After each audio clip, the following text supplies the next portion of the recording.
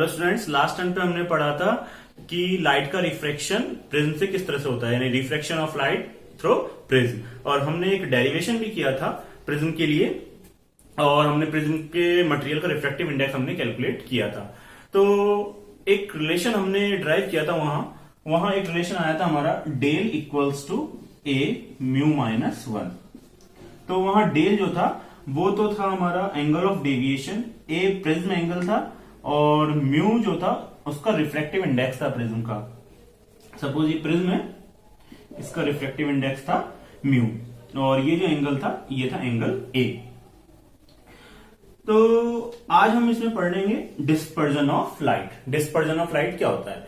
तो किसी भी लाइट का अपने कांस्टेंट कलर में बट जाना, डिवाइड हो जाना, क्या होता है? Dispersion of light.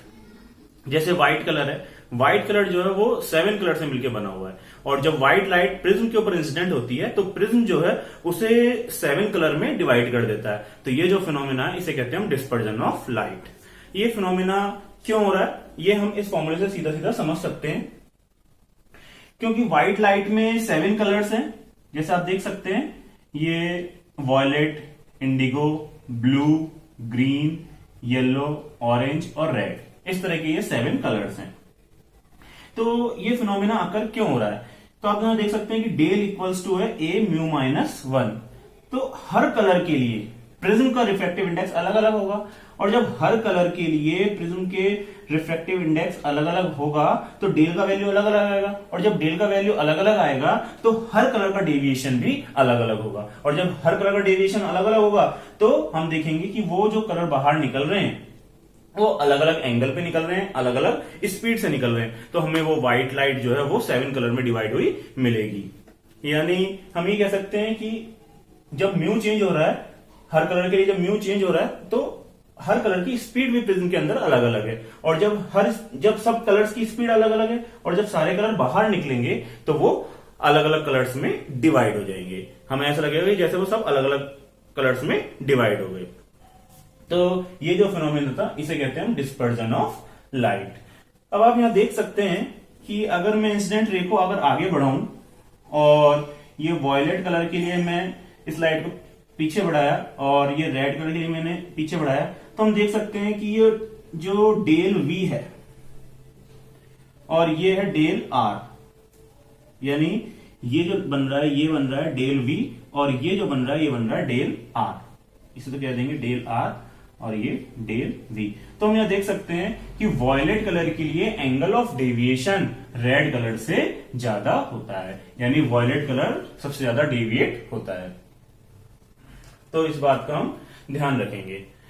फिर अब देखेंगे, अगर मैं यहां del V minus del R करूं, del V minus del R, यानी वॉयलेट कलर के लिए एंगल ऑफ डेविएशन में से रेड कलर का एंगल ऑफ डेविएशन को मैं सब्ट्रैक्ट कर दूं तो मेरे पास आता है एंगल ऑफ डिस्पर्जन। ये थीटा होगा एंगल ऑफ डिस्पर्जन, यानी एंगल ऑफ डिस्पर्जन की डेफिनेशन क्या बनी? The difference between angle of deviation for violet colour and angle of deviation for red colour, इसे हम कहते हैं एंगल ऑफ डिस्पर्जन। अगर मैं इस एंगल ऑफ डिस्पर्जन में वॉयलेट कलर के लिए एंगल ऑफ डेविएशन का अगर मैं डिवाइड कर देता हूं तो मेरे पास आती है डिस्पर्सिव पावर। इसे कहते हैं ओमेगा से डिनोट करते हैं हम, इसे कहते हैं dispersive power. The ratio of angle of dispersion to the angle of deviation for yellow colour is called dispersive power. तो ये कुछ डिस्पर्जन से रिलेटेड थी, इनको हम समझ सकते हैं, देख सकते हैं। अब एक प्रिज्म से रिलेटेड न्यूमेरिकल देखेंगे। A thin prism of refractive index n equals to √3, यानी एक प्रिज्म है जिसका रिफ्रैक्टिव इंडेक्स √3 हमें गिवन है, और प्रिज्म का जो एंगल है ए वो मिनिमम एंगल ऑफ डेविएशन के इक्वल है। तो हमें प्रिज्म एंगल ए फाइंड करना है। तो हमने फॉर्मूला पढ़ा था mu equals to sine del m plus a by two upon sine a by two. अब हमें गिवन क्या है? म्यू यानी एन हमें गिवन है √3, तो मैं यहां √3 पुट कर दूंगा, √3, और साइन डेल एम ए के इक्वल है, तो यानी डेल m की जगह रख दिया मैंने a plus a by 2 upon sine a by 2। तो ये हो गया मेरे पास sine 2a by 2, a plus a 2a by 2 यानी a sine a upon sine a by 2 equals to √3। और यहां हम साइन 2a वाला फॉर्मूला लगा देंगे, साइन 2a इक्वल्स टू होता है 2 साइन a कॉस a।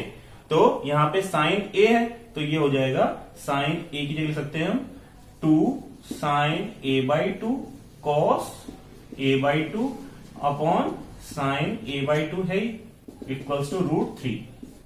तो यहां से 2 इधर जाएगा तो कॉस a बाई 2 हमारे पास आ गया √3 बाई 2। तो यानी कॉस में √3 बाई 2 होता है एंगल 30 डिग्री, तो इसको हम लिख सकते हैं 30 डिग्री। तो cos a by 2 equals to cos 30 degree. मैं इसे कंपेयर करूं तो a बाई 2 हमारे पास आ गया 30 डिग्री, तो a आ जाएगा हमारे पास 60 डिग्री। इस तरह से ये आ गया हमारे पास प्रिज्म एंगल।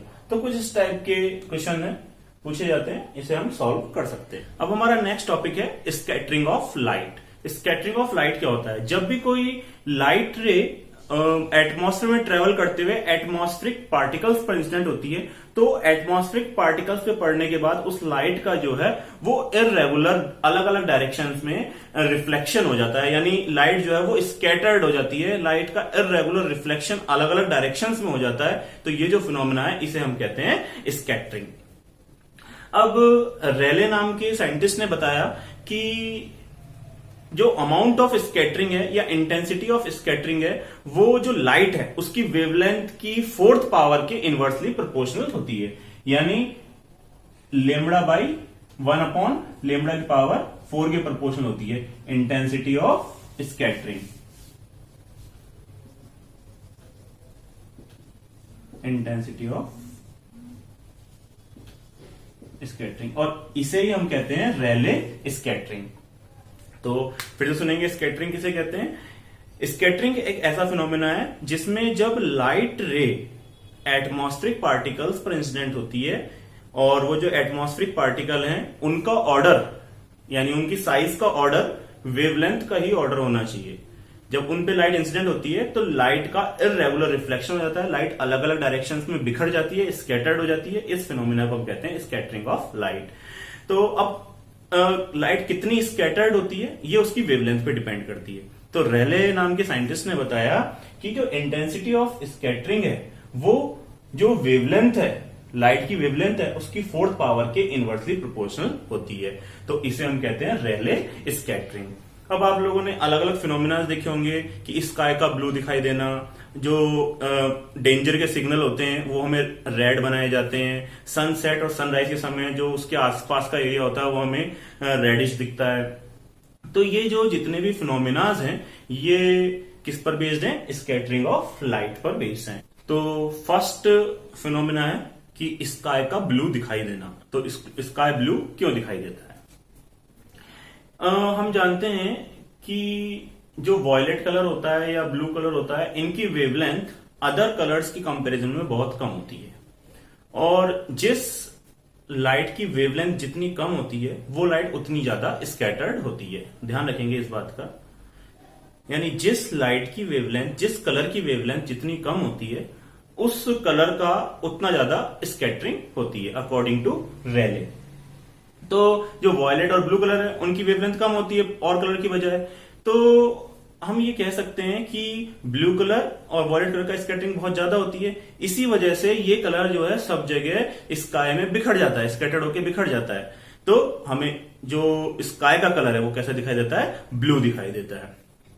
अब सवाल ये उठता है कि ये जो डेंजर के सिग्नल है रेड क्यों बनाए जाते हैं? क्योंकि हम जानते हैं कि रेड कलर की जो वेवलेंथ होती है वो सबसे ज्यादा होती है, और जब रेड कलर की वेवलेंथ सबसे ज्यादा तो इसकी जो स्कैटरिंग होगी सबसे कम होगी, और स्कैटरिंग कम होगी यानी ये लंबी डिस्टेंस तक ट्रेवल करेगा, तो हमें डेंजर के सिग्नल दूर से ही आसानी से दिखाई दे जाते हैं। तो इस वजह से डेंजर के सिग्नल रेड बनाए जाते हैं। फिर ये आता है कि जो क्लाउड्स होते हैं वो क्लाउड्स व्हाइट क्यों दिखाई देते हैं? स्काई का कलर तो ब्लू दिखाई देता है, लेकिन जो क्लाउड्स हैं वो हमें व्हाइट क्यों दिखाई देते हैं? उसका रीजन ये है कि क्लाउड्स जो हैं वो ड्रॉपलेट, वाटर ड्रॉपलेट से मिलके बने होते हैं, बूंदों से बने होते हैं, और जो उन ड्रॉपलेट का साइज होता है वो जो पार्टिकल्स से जिनसे लाइट स्कैटर्ड हो रही है उनसे कुछ बड़ा होता है, जिससे वो जो ड्रॉपलेट्स हैं लाइट को एब्जॉर्ब कर लेती है। और जब लाइट को एब्जॉर्ब कर लेगी, यानी व्हाइट लाइट के सभी कलर उसमें एब्जॉर्ब हो गए, व्हाइट लाइट एब्जॉर्ब हो गई, तो हमें साफ सी बात है वो कैसा दिखाई देगा, जो बूंद का कलर है वो कैसा दिखाई देगा, व्हाइट दिखाई देगा।